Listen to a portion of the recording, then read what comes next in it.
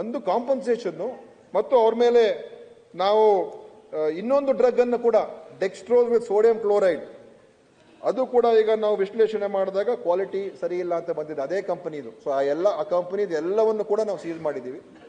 ಮತ್ತು ಈ ಕಂಪನಿಗೆ ₹1 ದುಡ್ಡು ಕೊಟ್ಟಿಲ್ಲ.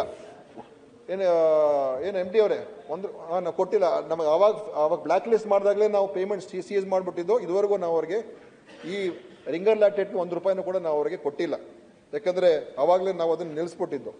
ಸೊ ಈ ಕಂಪನಿ ಮೇಲೆ ನಾವು ಎಲ್ಲ ರೀತಿಯ ಕ್ರಮಗಳಾಗಬೇಕು. ಈ ಥರ ಎಷ್ಟು ಕಂಪನಿಗಳಿದು ನಮಗೆ ಗೊತ್ತಿಲ್ಲ.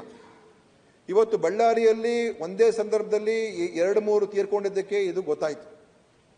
5 ಎಲ್ಲೋ ಯಾರೋ ಒಬ್ಬರು ತೀರೋಗ್ತು, ಇನ್ನೊಬ್ಬರು ತೀರೋಗ್ತು, ಎಲ್ಲೊಂದು ಕಡೆ ತೀರೋದ್ರೆ ಗೊತ್ತೇ ಆಗೋದಿಲ್ಲ. ನಮ್ಮ ಸಿಸ್ಟಮ್ಗಳಲ್ಲಿ ಮಾನಿಟರ್ ಮಾಡುವಂಥದ್ದು, ಚೆಕ್ ಮಾಡೋ ಅದ್ರ ಬಗ್ಗೆ ನಾವು ಕೂಡ ಪ್ರತಿಯೊಂದು ಯಾರೋ ಒಬ್ರು ಇಂಥ ಒಂದು ಘಟನೆ ಆದಾಗ ನಮ್ಮ ವ್ಯವಸ್ಥೆಯಿಂದ ನಮ್ಗೆ ಗೊತ್ತಾಗುವಂಥ ರೀತಿಯಲ್ಲಿ ಆಗಬೇಕು.